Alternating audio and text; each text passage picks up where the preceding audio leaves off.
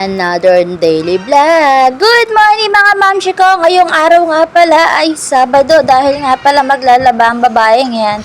Eto, naglalaro na nga pala yung batang yun ay sobrang kulit talaga kaya nasungaba na lang ang batang maliit.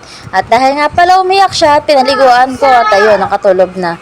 Lumabas na nga pala ako dito mga mamshi ko para unahin tong aking mga gagawin. Nagbalot na nga pala ako dyan ng malagkit mga mamshi ko. At ganito na lang pala magbalot na turong malagkit mga mamshi ko. Sinusulit ko talaga ang bawat oras mga mamshi ko habang tulog ang batang iyan. At nagawa na rin pala ako ng timplahan nitong maruyay. Ito nga pala yung mixture. Harina, baking powder at asukal mga mamshi ko. Hinalo ko na nga pala dyan ng ayos para mamaya ay wala nang buo-buo. Di talaga araw-araw makapag-upload mga mamshi ko dahil talaga naman napaka-busy talaga ng taong iyan. Tapos minsan nga pala napakaligalig pa ng batang iyan. At ayan nga pala makikita mo naman patawa-tawa siya pero iyakin yan. Luluto na nga pala ako ng time na to mga mamshi ko. Dahil wala naman mag-aalaga, hindi tinatamad ang kanyang mga kapatid. At ayan nga pala, iniwan ko naman sila dyan sa baba. Dahil nga pala ay walang mag-aalaga at may pasok pa yung dalawang bata. Nagluluto na ako ng time na to at yung dalawang bata talaga ay sobrang kulit yan sa baba. Nag-aalangan din ako na isama sila din sa kusina kasi nga baka mamaya mabandian ng mantika. Pero wala akong choice. At pagtapos ko nga pala na magluto ay eto.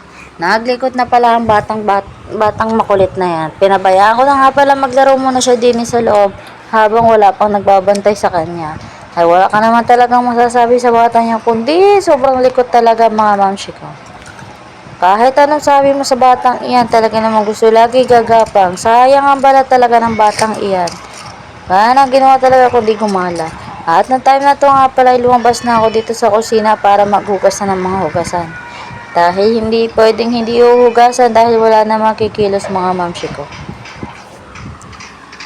At pagpasensya nyo ng boses ko at talagang paos ang babaeng yan dahil nga pala nausuhan na rin tayo ngayon ng sakit ay kainaman na. At noong time na to nga pala, punta ako din at kinuha ko na talaga ang batang iyan. Nagising na nga pala, talaga naman. Wala na talagang magagawa kapag gising na ang batang iyan. Kundi kalungin na dahil hindi na yan magpapaiwan mga mamshi ko. Nagasan ko na nga pala dyan yung kawali mga mamshi ko dahil ako'y magluluto. Dahil nagugutom na ang babaeng iyan. Ay nalaglag na nga pala itong cellphone ay nagpatak naman din. Ay kainaman na. Habang ako'y nagbo-voice over, ito namang anak ko ay talagang nilalangoy na ang lapag. Ay nauntog na sa kalikutan. Hindi naman umiiyak dahil hindi nasasaktan. Naglagay na nga pala ako ng mantika dyan mga mamshi ko dahil magpiprito nga pala ako ng bangus na binitad ng aking asawa. At talagang mahirap talaga pag may kalong na bata. Sobrang hirap. Naglagay na nga pala ako ng bangus ng time na yan mga mamshi ko.